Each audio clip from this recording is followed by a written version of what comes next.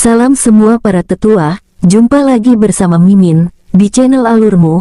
Semoga para pendengar Alurmu selalu senantiasa dinaungi kebahagiaan, kesehatan, serta rezeki yang cukup. Oke, Mimin langsung lanjut ceritanya. Selamat mendengarkan dan hidupkan imajinasi para tetua. Cerita pun dimulai.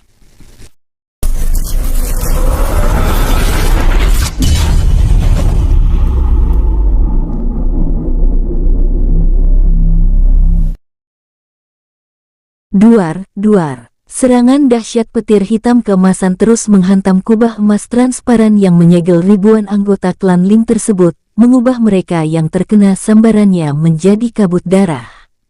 Pemandangan yang begitu mengerikan tersebut membuat Ling Diangu dan semua orang yang ada di tempat itu benar-benar mematung tanpa berani bergerak sedikitpun.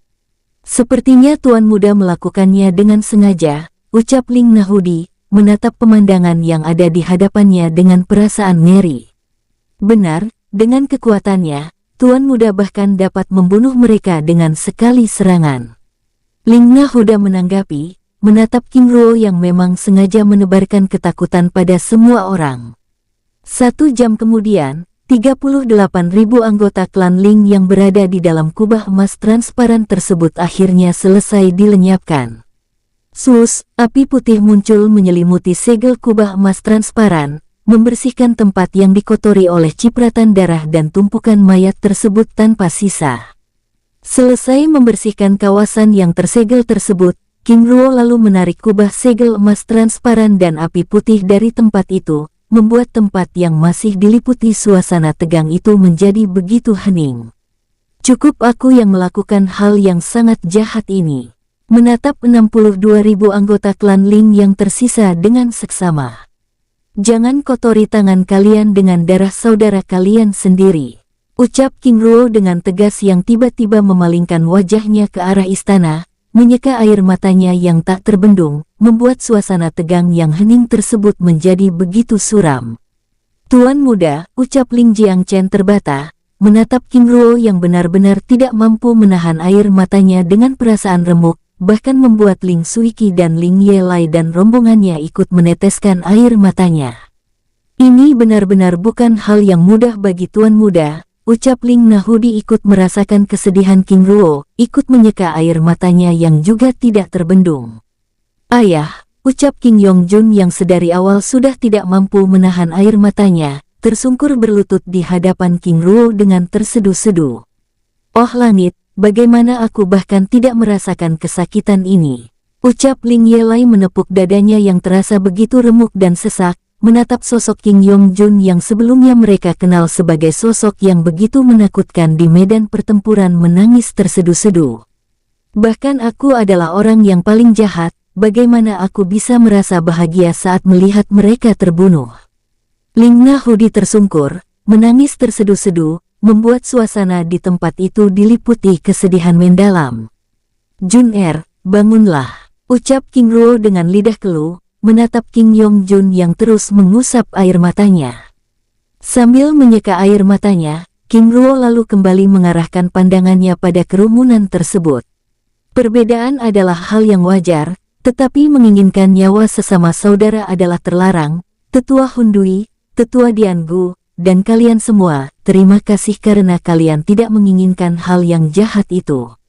Adapun hutang darah dan kesalahan ini aku yang tanggung, jika ada yang ingin menuntut balas lakukan padaku, aku akan rela hati menyerahkan nyawaku, ucap King Ruo, lalu berlutut di hadapan mereka.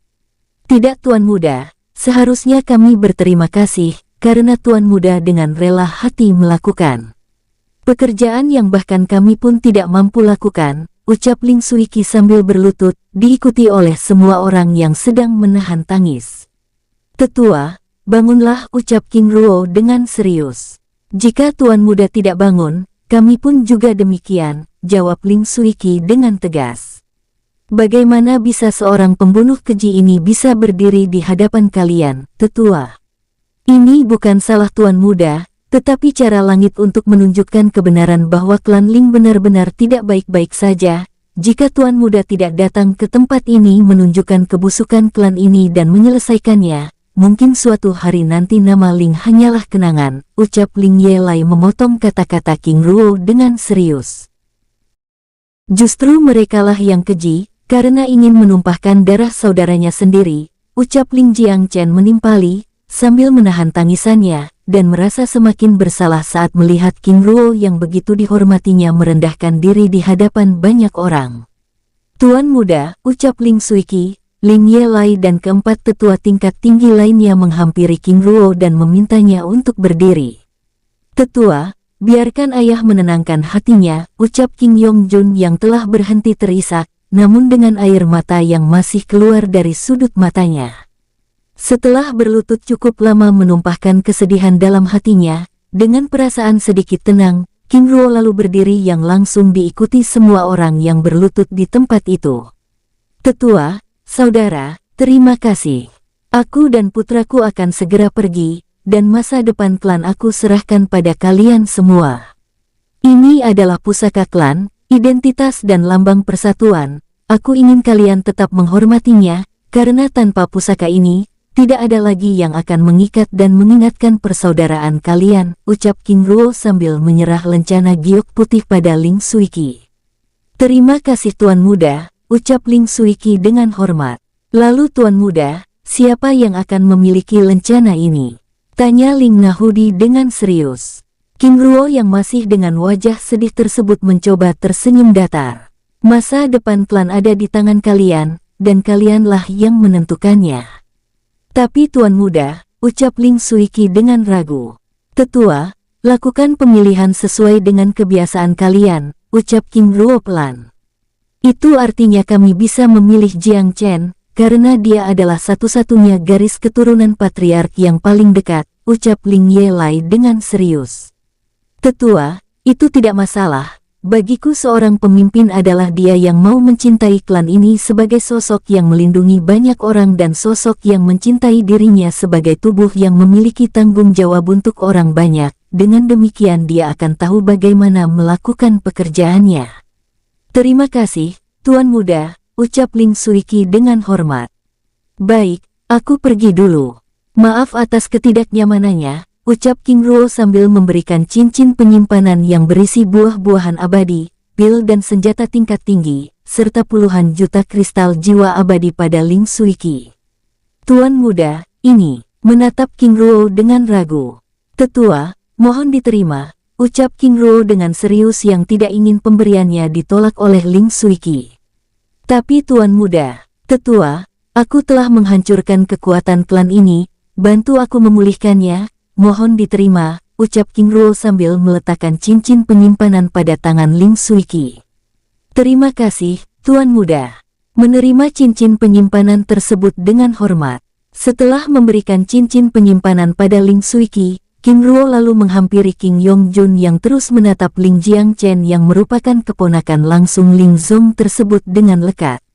Paman, jaga diri, ucap King Yongjun dengan hormat, bersamaan dengan sosoknya yang lenyap dari tempat itu.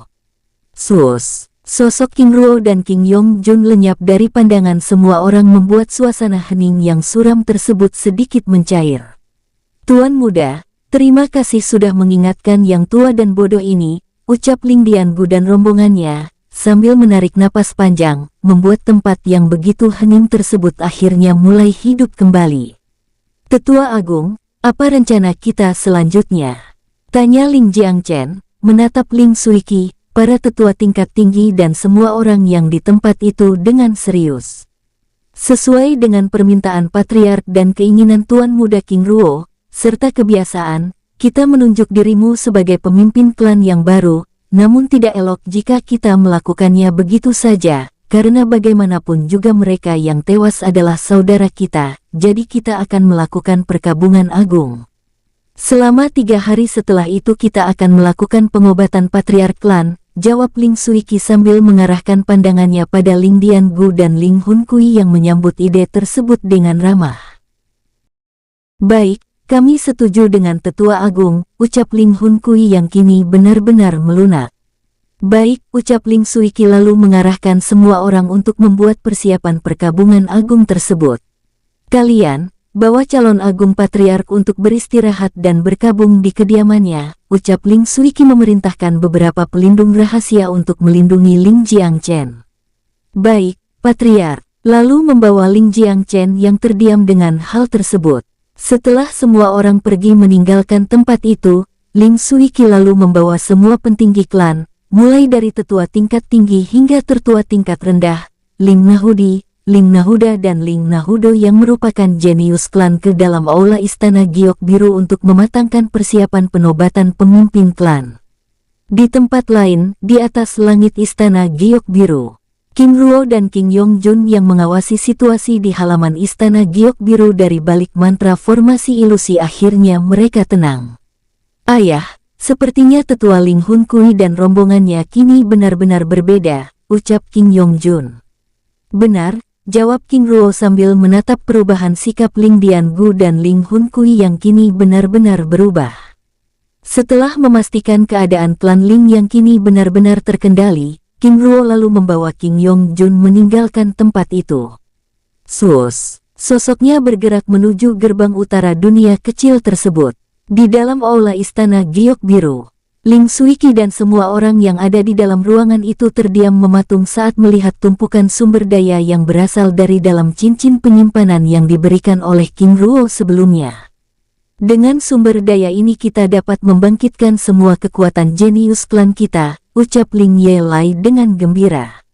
Benar, dan kita juga akhirnya memiliki banyak pusaka yang mematikan, Tuan Muda benar-benar murah hati. Ucap Ling Nahudi dengan penuh syukur. Di tempat lain, di atas langit gunung kristal abadi, Xuan Wu Suxian mengitari pandangannya memeriksa kawasan gunung kristal abadi yang porak-poranda tersebut dengan seksama, sambil mengawasi beberapa kelompok kultivator dewa langit yang terus berdatangan untuk mencari sumber daya dari reruntuhan sekte tersebut. Sosok King Ruo dan King Yongjun tiba-tiba muncul di sisinya. Yang mulia, Tuan Muda, ucapnya menatap King Ruo yang tersenyum ramah dengan terkejut. Baik, mari kita ke kota perak, ucap King Ruo dengan tenang. Lalu yang mulia, apakah urusan di klan Ling sudah selesai? Sambil memeriksa keadaan King Ruo dan King Yongjun dengan seksama. Jika urusan belum selesai, tidak mungkin aku berani meninggalkan dunia kecil ini. Baik, mari kita pergi, ucap King Ruo.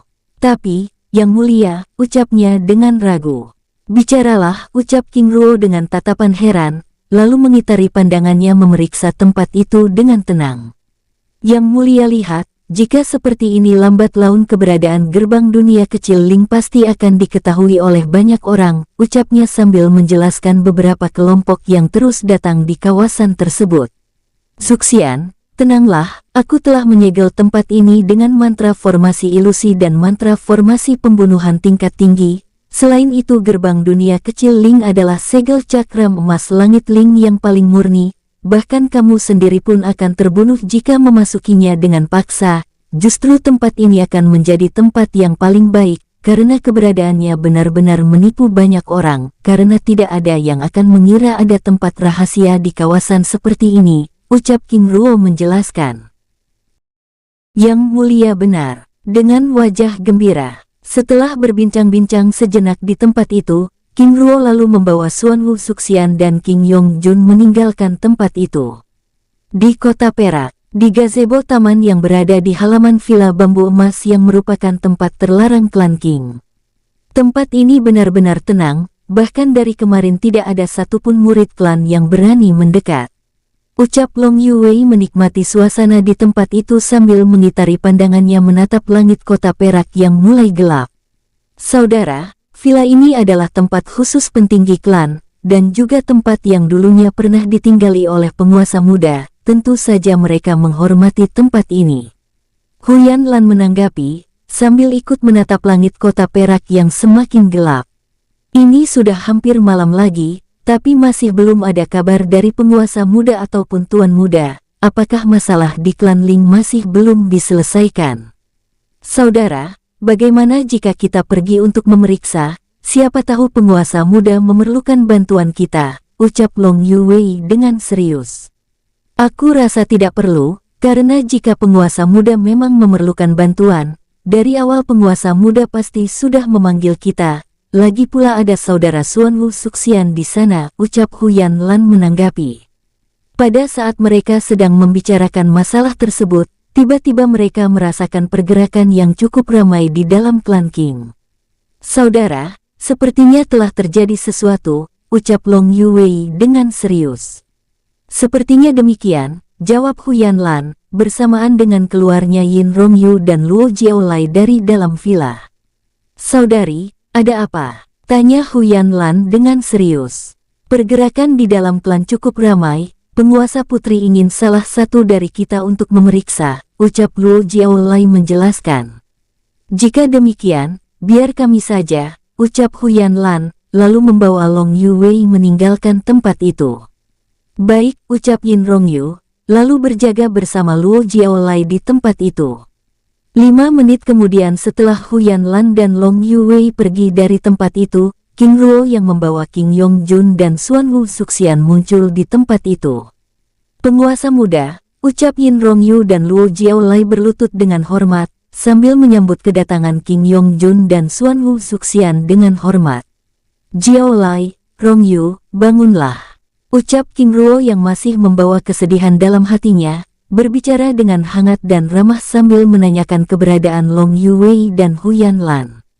Terima kasih penguasa, ucap Yin Rongyu dan Luo Jiaolai yang tidak mengetahui jejak kesedihan dari mata King Luo dan King Yongjun tersebut berbicara dengan hormat, sambil menjelaskan keberadaan Long Yuwei dan Huyan Lan yang sedang memeriksa keadaan di wilayah utama klan. Baiklah. Sambil menunggu Long Yuwei dan Huyan Lan kembali, silakan kalian beristirahat, karena malam ini kita beristirahat di sini, ucap King Luo sambil menjelaskan rencana perjalanannya esok pagi. Baik, penguasa muda, ucap Yin Rongyu dan Luo Jiaolai dengan hormat. Pada saat mereka hendak meninggalkan tempat itu untuk beristirahat, tiba-tiba 2 aura dari wilayah utama klan bergerak mendekati tempat itu. Tidak lama kemudian, swus, sosok Huyan Lan dan Long Yuwei muncul di tempat itu. Penguasa muda, ucapnya berlutut di hadapan King Luo dengan hormat. Bangunlah, ucap King Luo dengan ramah. Terima kasih, penguasa. Sambil berdiri di hadapan King Luo dengan hormat. Yan Lan, Yuwei, bicaralah, ucap King Luo dengan tenang. Penguasa muda, baru saja pihak klan mendapat informasi bahwa fenomena aneh di atas Samudera Hitam terus berlangsung, jawab Huyan Lan menjelaskan. Yang mulia, sepertinya ini adalah fenomena yang berhubungan langsung dengan terlepasnya segel dunia kecil Ling dengan segel dunia kecil yang ada di dasar Samudera Hitam, ucap Xuanwu Suxian menanggapi. Lalu apa rencana mereka? Tanya King Luo. Mereka berencana untuk mengirim beberapa murid klan, dan sebentar lagi akan menuju tempat ini, jawab Long Yuwei menjelaskan. Menggunakan tempat ini, tanya Xuanwu Suxian dengan penasaran. Sepertinya mereka akan menggunakan altar hitam, jawab King Luo, menjelaskan kebebasan gerbang teleportasi khusus yang ada di dalam aula villa bambu emas yang dia ambil dari neraka kecil, membuat Xuanwu Suxian dan rombongannya ternganga. Aku benar-benar tidak menyangka, jika altar batu hitam itu adalah gerbang teleportasi jarak jauh, benar-benar menipu, ucap Long Yuwei dengan takjub. Lalu penguasa, apa rencana kita?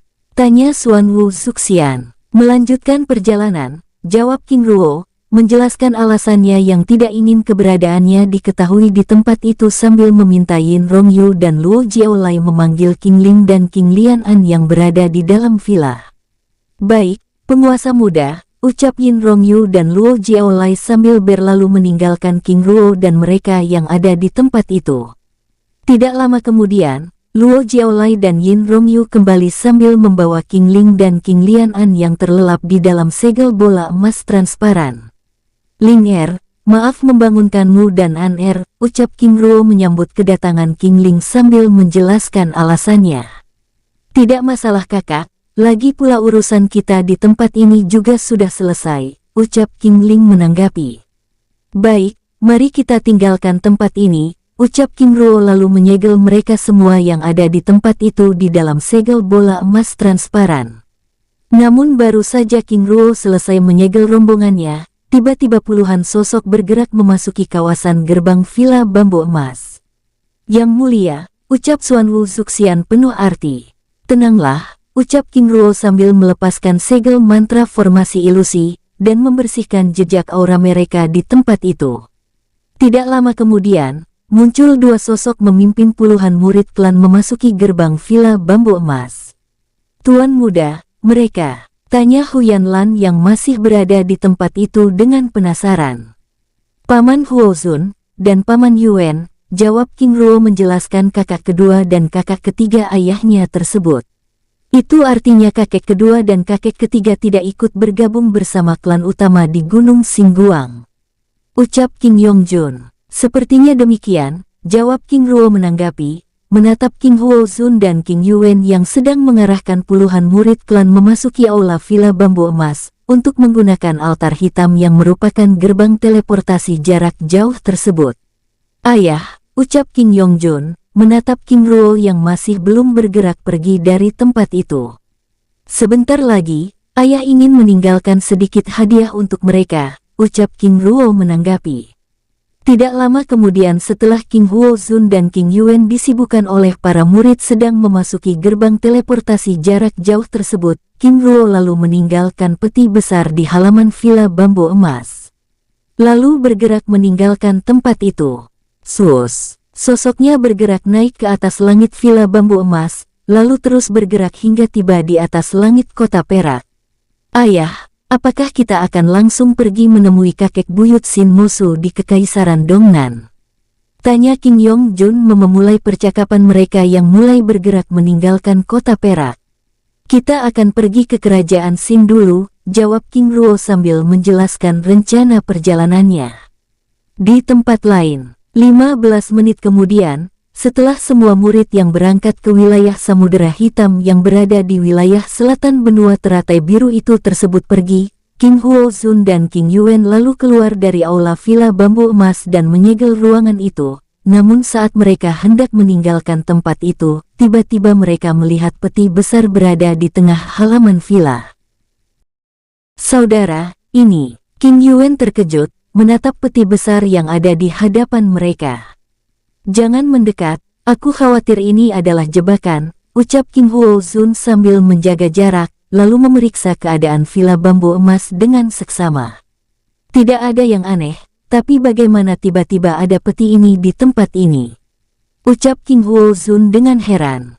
Saudara, lihat, ada kertas di atasnya, mungkin itu adalah pesan dari orang yang meninggalkan peti ini, ucap King Yuen dengan serius, menunjuk kertas yang terselip di atas peti tersebut. Saudara benar, ucapnya dengan tenang. Setelah memastikan keamanan peti besar tersebut, King Huozun lalu menghampiri peti tersebut dan memeriksa kertas yang ada di atasnya. Saudara, bagaimana? Tanya King Yuen yang masih berdiri dan menjaga jarak.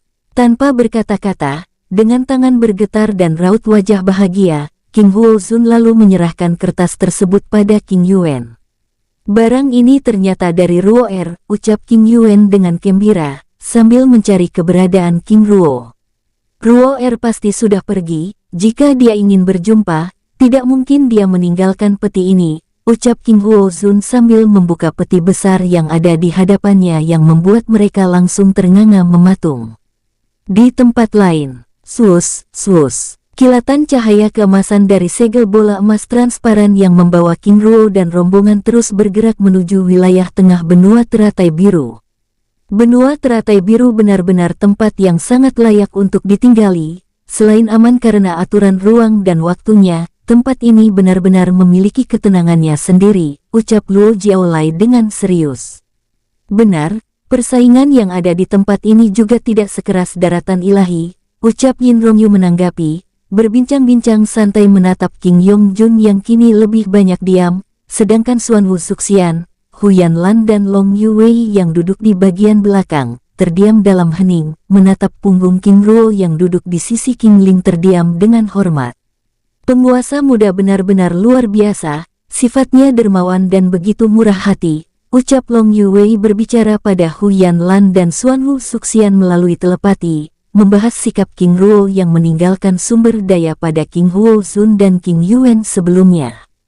Jika saja klan Xuanwu memiliki karakter seperti Yang Mulia, mungkin wilayah Laut Selatan kini sudah menjadi milik kami, ucap Xuanwu Zuxian menanggapi, menjelaskan kekaguman dan rasa hormatnya pada King Ruo yang begitu mendalam. Sepertinya masalah karakter adalah hal yang menjadi momok setiap klan, bahkan jika semua orang di klan naga memiliki karakter seperti penguasa muda, mungkin langit wilayah selatan daratan ilahi juga sudah menjadi milik kami, jawab Long Yuwei menanggapi. Di saat mereka sedang bergerak, tiba-tiba segel bola emas transparan tersebut memasuki wilayah kabut biru. Kabut racun yang membatasi setiap wilayah utama dari wilayah lainnya. Yang Mulia, ucap Xuanwu Zuxian menatap 2000 prajurit jubah emas yang bergerak di wilayah terlarang tersebut dengan serius. Pasukan tombak emas, sepertinya sedang terjadi sesuatu yang bersifat luar biasa, ucap King Ruo menanggapi, menatap Lin Jiuhong, wakil pemimpin barat pasukan tombak emas yang memimpin pasukan tersebut dengan heran. Yang Mulia, bagaimana jika aku bertanya pada mereka? Xuanwu Zuxian menawarkan diri. King Ruo yang tiba-tiba menghentikan segel bola emas transparan yang membawa mereka tersebut terdiam sesaat lalu menggelengkan kepalanya. Sebaiknya ikut dan awasi saja, jika ini memang masalah penting, segera kabari aku, ucap King Ruo memberi perintah pada Xuanwu Zuxian. Baik Yang Mulia, menangkupkan tangannya dengan hormat. Zuxian, hati-hati, jika tidak adanya masalah yang berarti, susul kami di kerajaan Xin, ucap King Ruo sambil menjelaskan keadaan benua teratai biru. Penguasa muda, ucap Huyan Lan dengan ragu. Bicaralah, ucap King Ruo dengan tenang. Jika penguasa mengizinkan, hamba ingin menemani saudara Zuxian, ucap Huyan Lan menjelaskan. Baiklah, jawab King Ruo dengan tenang. Terima kasih penguasa muda, menangkupkan tangannya dengan hormat, lalu keluar bersama Xuanwu Zuxian dari dalam segel bola emas transparan. Sus, sus. Kedua sosok tersebut lalu meninggalkan segel bola emas transparan tersebut, bergerak menyusul Lin Jiuhong dan pasukannya. Semoga tidak ada masalah yang berarti, ucap King Ruo yang masih diliputi kesedihan tersebut, lalu melanjutkan perjalanannya dengan perasaan tidak tenang. Di tempat lain, sus, sus. Kilatan cahaya dari sosok Xuanwu Zuxian dan Huyan Lan yang bergerak di dalam kabut biru beracun, menjaga jarak dari 2000 pasukan tombak emas yang dipimpin oleh Lin Jiuhong dengan tenang. Sepertinya ada yang salah dengan penguasa muda, ucap Huyan Lan membuka percakapan mereka dengan serius. Maksud saudara? Tanya Xuanwu Zuxian dengan heran. Saudara, walaupun terasa samar, tapi aku dapat merasakan aura yang begitu suram dari penguasa muda. Sepertinya peristiwa penting telah mengguncang hatinya, ucap Huyan Lan dengan serius. Aku kira hanya aku yang merasakannya, ucap Xuanwu Zuxian menanggapi. Mungkin ini ada hubungannya dengan kekacauan yang terjadi di klan Ling sebelumnya, tapi jika masalah itu belum selesai, biasanya penguasa muda tidak akan meninggalkan masalah itu begitu saja, ucap Huyan Lan mencoba menerka. Kita masih belum bisa memastikan hal itu. Satu-satunya untuk mengetahuinya dengan pasti adalah dengan menanyakan hal ini pada Tuan Muda Yong Jun secara langsung, ucap Xuanwu Zuxian menanggapi, sambil bergerak membahas perubahan sikap King Ruo tersebut dengan serius. Di tempat lain, segel bola emas transparan yang membawa King Ruo dan rombongannya terus bergerak menuju wilayah tengah benua teratai biru dengan kecepatan puncaknya. Kakak, bicaralah, ucap King Ling melalui telepati, mengejutkan King Ruo yang tampak terdiam dengan pikirannya. Ling ucapnya tergagap. Bicaralah, ucap King Ling sekali lagi. King Ruo terdiam sesaat lalu menggelengkan kepalanya. Aku akan menceritakannya nanti, tapi tidak untuk saat ini, ucapnya penuh arti. Baik, ucap King Ling dengan lembut. Lalu kakak, apa rencana kita selanjutnya? Kita akan ke kota Xin, lalu ke Gunung Xingguang untuk bertemu ayah dan ibu, lalu membantu Long Pingzi. Setelah itu kembali ke daratan ilahi, jawabnya menjelaskan. Baik, ucap King Ling dengan hangat sambil berbincang-bincang dengan santai. Menjelang pagi saat benua teratai biru mulai diterangi cahaya matahari, bola emas transparan yang membawa King Ruo dan rombongannya tersebut keluar dari wilayah kabut biru, membuat Luo Jiaolai, Yin Rongyu dan Long Yuwei yang berada di dalamnya dapat melihat pemandangan yang ada di bawah mereka tanpa halangan. Jun ucap King Ruo berbicara melalui telepati, membuka percakapan dengan King Yongjun yang masih terdiam dengan pikirannya. Ya ayah, menatap King Ruo dengan lekat. Ayah minta maaf, ucap King Ruo pelan. Ayah tidak salah, ucapnya menanggapi dengan hormat. Tapi ayah adalah orang yang kejam, apakah masih layak menjadi seorang ayah? Dengan tatapan menerawang, bagi orang lain mungkin ini adalah hal yang sangat kejam, tetapi bagiku tidak. Jika situasi tidak memaksa, apakah mungkin ayah melakukannya? Bahkan ayah dengan rela hati melukai hati dan pikiran seperti ini, ucap King Yongjun dengan sungguh-sungguh, yang ternyata mampu memahami situasi dan perasaan King Ruo. Jun terima kasih, ucap King Ruo dengan perasaan lega, karena sebelumnya mengira King Yongjun akan marah dan benci padanya. Peristiwa ini mengajarkanku bahwa menempatkan nurani untuk mengambil keputusan adalah kepedihan. Menatap pemandangan yang ada di bawahnya dengan tenang. Jun kamu semakin bijaksana, ucap King Ruo dengan bangga, sambil berbincang-bincang santai. Menjelang sore segel bola emas transparan tersebut akhirnya keluar dari wilayah perbatasan Laut Barat, dan mulai memasuki daratan wilayah tengah benua teratai biru. Sus, segel bola emas transparan tersebut terus bergerak melewati kota-kota besar, hingga bola emas transparan tersebut bergerak dengan perlahan.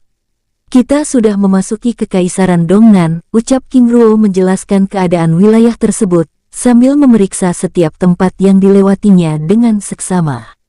Penguasa, sepertinya telah terjadi sesuatu di tempat lain, ucap Long Yuwei menanggapi, saat melihat beberapa kelompok kecil yang terus bergerak meninggalkan wilayah Kekaisaran Dongnan.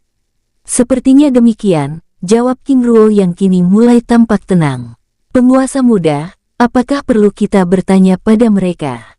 Tanya Long Yuwei menatap kelompok yang bergerak meninggalkan kekaisaranan tersebut dengan serius. Tidak perlu, karena sebentar lagi kita akan tiba di kerajaan Xin, jawab King Ruo dengan tenang. Lalu penguasa, apakah sudah ada kabar dari saudara Xuanwu Suxian dan Hu Yanlan? Dengan wajah serius. Hingga saat ini sih belum ada, jawab King Ruo dengan tenang. Sus, segel bola emas transparan tersebut bergerak, hingga saat hari mulai gelap berhenti di luar benteng kota Xin. Sambil menunggu aku menemui kakek buyut Xin Yang, aku ingin kalian beristirahat di kota, ucap King Ruo menjelaskan rencananya, yang ingin Long Yuwei dan King Yongjun mencari informasi terkait pergerakan yang mereka lihat sebelumnya. Baik, penguasa. Dengan sikap hormat, setelah menjelaskan rencananya, King Ruo lalu memasukkan King Ling dan King Lian An ke dalam dunia jiwa. Sosoknya keluar dari segel bola emas transparan tersebut, lalu bergerak memasuki kawasan langit kota Xin. Setelah King Ruo pergi dari tempat itu, Yin Rongyu, Luo Jiaolai dan Long Yuwei langsung mengarahkan pandangannya pada King Yongjun dengan serius. Bibi, paman, ada apa? Dengan mengerutkan keningnya, Tuan muda, apa yang sebenarnya terjadi di klan Ling? Mengapa penguasa muda kini begitu berbeda? Tanya Long Yuwei dengan serius. Ini bersifat rahasia, hanya ayah yang boleh menceritakannya, jawab King Yongjun dengan tenang. Lalu, Tuan muda, bagaimana dengan Patriark Lingzong? Tanya Yin Rongyu. Bibi, kakek buyut baik-baik saja, jawab King Yongjun, menjelaskan keadaan Lingzong dan sosoknya. Yang kini berada di dalam dunia jiwa membuat mereka akhirnya merasa tenang. Setelah mendapatkan penjelasan dari King Yongjun mengenai keadaan King Ruo, Long Yuwei lalu membagi tugas, King Yongjun ikut bersamanya, sedangkan Yin Rongyu dan Luo Jiaolai bergerak bersama untuk mencari tempat untuk beristirahat dan memulihkan diri, serta mencari informasi penting yang mereka perlukan di kota itu. Di tempat lain, Sosok King Ruo bergerak memasuki kota Xin dengan tenang, memeriksa setiap tempat yang dilewatinya dengan seksama hingga akhirnya tiba di atas langit istana terlarang klan Xin. Ada pertemuan penting, batinnya lalu bersembunyi di tempat itu, menyimak pembicaraan yang sedang terjadi di dalam ruangan tersebut. Di dalam aula istana terlarang klan Xin. Ayah, ini adalah kali kedua fenomena emas tersebut muncul, bahkan paman musuh juga sudah mengirim beberapa kekuatan rahasianya untuk menyelidiki kasus ini, ucap Xin Chan, putra kedua Xin Dilang yang kini menjadi jenderal kota. Ayah, apa rencana kita? Tanya Xin Chin menatap Xin Dilang yang kini menjadi raja kota tersebut dengan serius. Xin Dilang terdiam sesaat, mendesah panjang, lalu menatap semua orang yang ada di dalam ruangan itu dengan seksama. Hua apa pendapatmu? Menatap putri tertua Xin Hua yang diam dengan tenang. Ayah, menyikapi fenomena munculnya tanda langit ini, kita jangan terlalu gegabah, karena tidak semua fenomena emas yang muncul adalah sumber daya, bisa saja itu perangkap. Yang bisa kita lakukan saat ini adalah mengikuti perkembangan informasi fenomena tersebut sambil menyiapkan kekuatan yang akan pergi ke tempat itu, ucapnya menanggapi. Aku setuju pendapat Hua ucap Xin Dilang sambil menjelaskan rencananya. Di atas langit istana terlarang, di balik mantra formasi ilusi, King Ruo masih berada di tempatnya, menyimak pembicaraan rahasia tersebut dengan tenang. Sepertinya pergerakan Lin Jiu Hong sebelumnya berhubungan dengan munculnya fenomena emas ini, tapi mengapa Xuan Wu Suxian dan Hu Yanlan masih belum memberi kabar? King Ruo membatin, sambil menyimak pembicaraan tersebut dengan tenang. Setelah berada di tempat itu cukup lama, King Ruo lalu meninggalkan tempat itu. Sosoknya bergerak memasuki kawasan gunung terlarang yang berada belasan kilometer di belakang istana terlarang klan.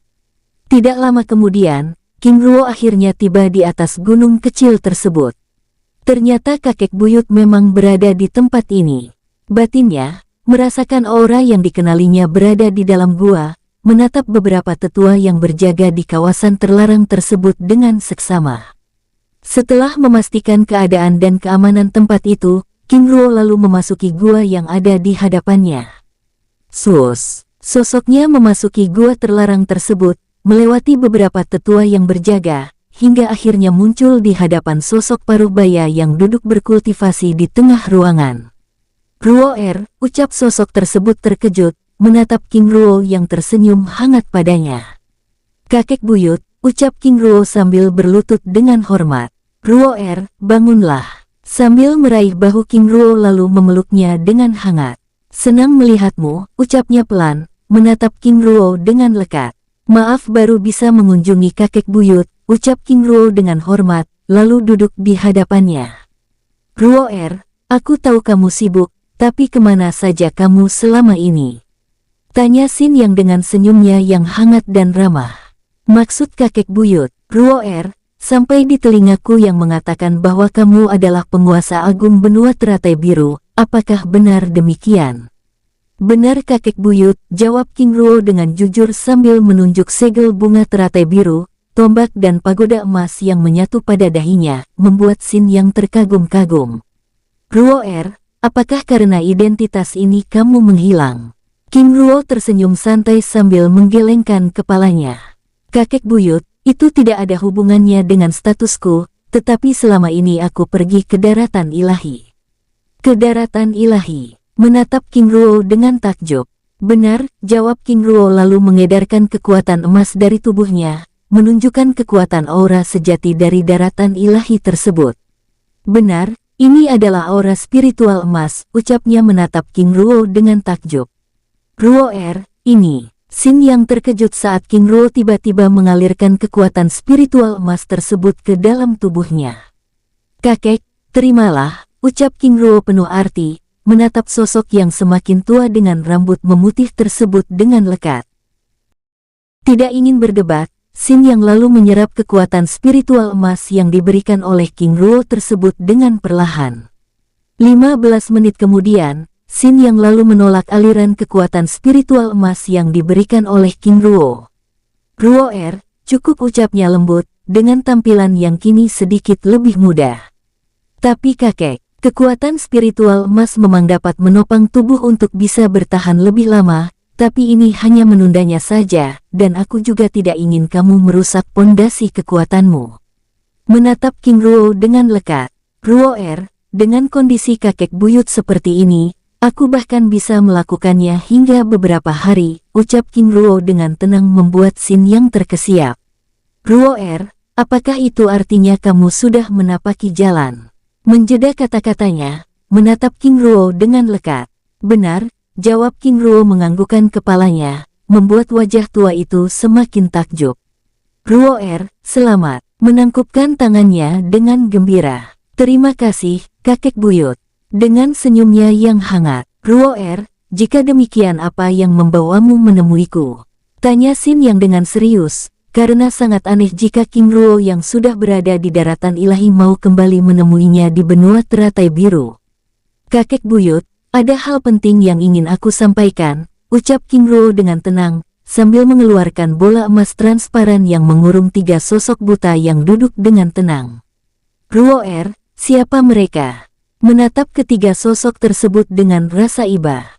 Kakek buyut, mereka adalah Baoyang Ma, Baoyang Nan dan Baoyang Ding, yang ditangkap dan ditawan oleh leluhur ketiga, Fang Yu Caihong, di reruntuhan klan Sen Dalu di wilayah perbatasan selatan daratan ilahi. Jawab King Ruo menjelaskan, membuat Xin Yang ternganga. Ruoer, apakah maksudmu leluhur ketiga masih hidup?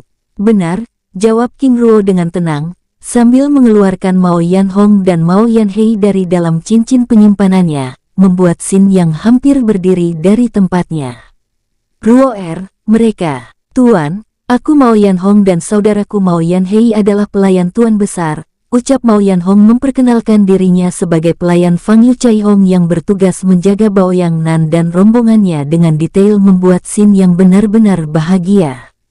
Ternyata leluhur ketiga masih hidup, ini benar-benar keajaiban langit. Lalu Ruoer, di mana leluhur Agung Caihong sekarang? Kakek buyut, aku juga belum bertemu dengan leluhur Agung, namun dapat dipastikan bahwa leluhur Agung baik-baik saja, ucap King Ruo bersamaan dengan tindakan Mao Yanhei dan Mao Yanhong yang menunjukkan lencana giok jiwa Fang Yu Caihong yang terikat pada mereka yang terlihat baik-baik saja. Lalu Ruoer, bagaimana ketiga sosok ini menjadi tawanan leluhur Agung? Menatap Baoyang Nan dan rombongannya yang tidak mengetahui situasi di luar bola segel tersebut dengan penasaran. Kakek buyut, ada kesalahan informasi yang diceritakan oleh leluhur Fang Yu Sin Erlang, karena sebenarnya kita berurusan dengan klan Sen Guoshi Baoyang, jawab King Ruo. Sambil menjelaskan kekuatan darah pertahanan Fang Yu dan keterlibatannya sebagai anggota organisasi rahasia langit, serta penyebab permasalahan yang membuat klan itu pergi dari daratan ilahi membuat Xin yang benar-benar ternganga. Jadi ini semua karena kekuatan darah Fang Yu. Menatap King Ruo dengan serius. Benar, saat leluhur Fang Yulang menolak memberikan kekuatan darahnya, Baoyang Tian lalu menggunakan kekuatan klan Sen Dalu untuk menekan klan, dan kasus ini juga sama dengan yang mereka lakukan pada klan Sen Guo Shiling, yaitu dengan menggunakan klan Sen Konggi, ucap King Ruo menjelaskan situasi yang juga dialami oleh klan Sen Guo Shiling yang juga meninggalkan daratan ilahi. Baoyang Tian, ternyata begitu berambisi, ucap Xin yang sebelumnya merasa iba kini menatap Baoyang Nan dan rombongannya dengan kesal. Aku harap kakek buyut mengingatkan kakek bilang, kakek musuh serta semua orang untuk lebih berhati-hati lagi.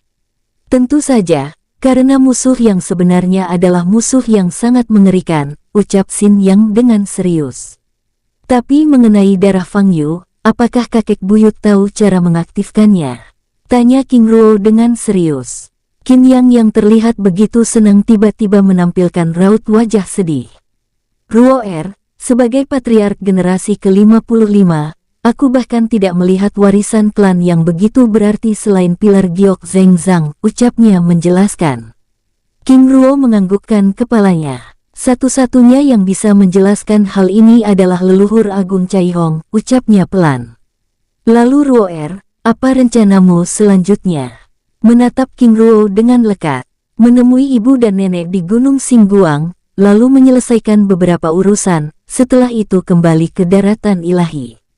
Jika kakek buyut tidak keberatan, aku ingin membawa kakek buyut ikut serta ke daratan ilahi. Ucap King Ruo dengan serius, membuat Xin Yang terdiam. Setelah terdiam beberapa saat, Xin Yang lalu menggelengkan kepalanya pelan, menatap King Ruo dengan lekat. Ruo, terima kasih, tapi aku benar-benar merasa nyaman di sini. King Ruo menganggukkan kepalanya pelan. Aku tidak memaksakan, tetapi jika kakek buyut ingin menapaki jalan keabadian, aku dapat membantu, karena di daratan ilahi aku sudah memiliki tempat khusus untuk melatih seseorang hingga ke tahap itu. Ucapnya menjelaskan kekuatan yang dimilikinya di daratan wilayah tersebut, serta keberadaan Gunung Nanjing dengan detail. Membuat Xin yang sebelumnya yakin dengan keputusannya kini menjadi ragu. Jika berhasil menapaki jalan keabadian, untuk mencari keberadaan leluhur Agung Cai Hong akan menjadi lebih mudah, lagi pula klan memang memerlukan seorang yang dapat melindunginya dengan keabadian. Ucap King Ruo sekali lagi, membuat Xin Yang semakin ragu. Ruo, sepertinya aku benar-benar harus memikirkan hal ini.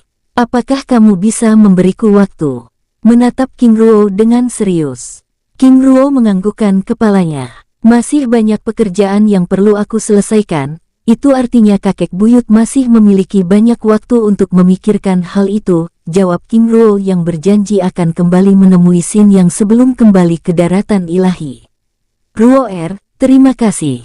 Dengan wajah gembira, setelah membicarakan beberapa hal penting lainnya, King Ruo lalu mengakhiri pembicaraan tersebut, sambil memasukkan Mao Yanhong dan Mao Yanhei, serta segel bola emas transparan yang mengurung Baoyang dan rombongannya ke dalam dunia jiwa. Kakek buyut, aku pergi dulu, ucap King Ruo sambil memberikan cincin penyimpanan yang berisi sumber daya, pil dan senjata tingkat tinggi. Ruo, terima kasih, ucap Xin Yang dengan hangat dan ramah, menatap sosok King Ruo yang memburam, lenyap dari tempat itu.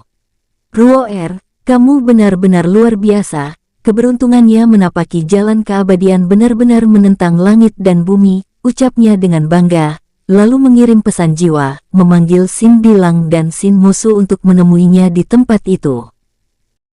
Di tempat lain, sosok King Ruo muncul di atas langit kawasan terlarang gua, berhenti di tempat itu sejenak.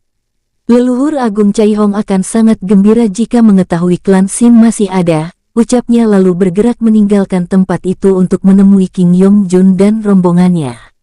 Sosoknya bergerak dengan tenang hingga akhirnya tiba di pusat kota Xin.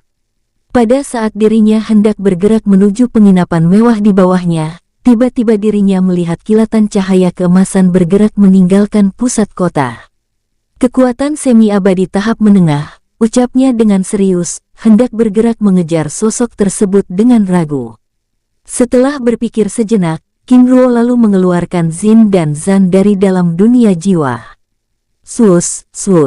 Kedua sosok hewan buas langit itu muncul di hadapannya.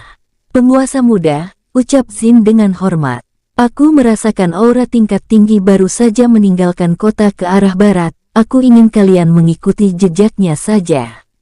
Jaga aura kalian dan tetap berhati-hati, ucap King Ruo dengan serius. Baik, penguasa muda, lalu bergerak meninggalkan tempat itu.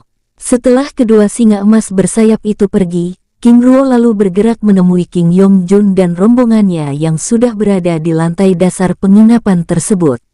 Di lantai dasar penginapan mewah tersebut, saudari, putri, sepertinya kita harus pindah dari tempat ini, ucap Long Yuwei, berbicara pada Yin Rongyu dan Luo Jiaolai melalui telepati dengan tenang. Sepertinya demikian, karena kehadiran tuan muda terlalu menarik perhatian banyak orang. Luo Jiaolai menanggapi, sambil menjelaskan situasi tersebut pada King Yong Jun.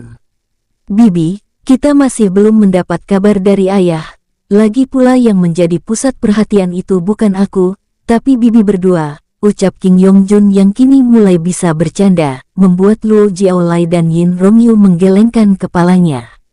Pada saat Luo Jiaolai hendak menanggapi, tiba-tiba King Ruo yang menggunakan tampilan Hu Yan Lan memasuki ruangan, bergerak menghampiri meja mereka yang berada di sudut utara ruangan tersebut. Saudara Huyan Lan, ucap Long Yuwei dengan serius, membuat King Yongjun dan Luo Jiaolai terkekeh.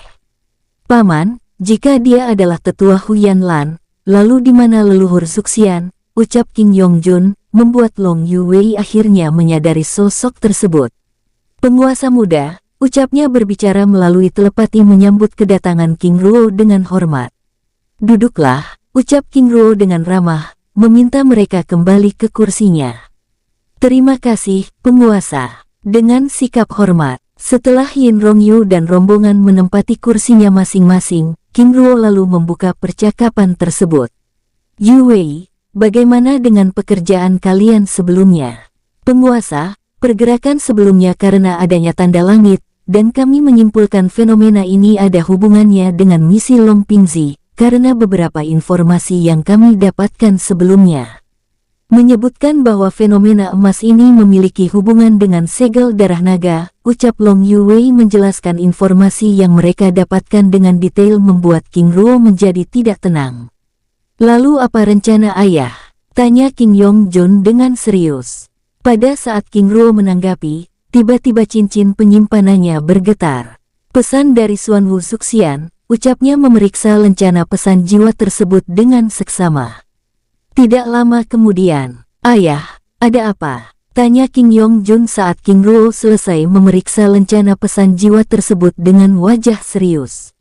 Ayah baru saja menerima pesan dari leluhur Zuxian, bahwa fenomena emas yang muncul di perbatasan wilayah Laut Barat dengan Laut Selatan tersebut melepaskan kekuatan gelap yang begitu mengerikan. Ayah justru khawatir ini ada hubungannya dengan serangan yang dilakukan oleh klan Sen Kongqi sebelumnya.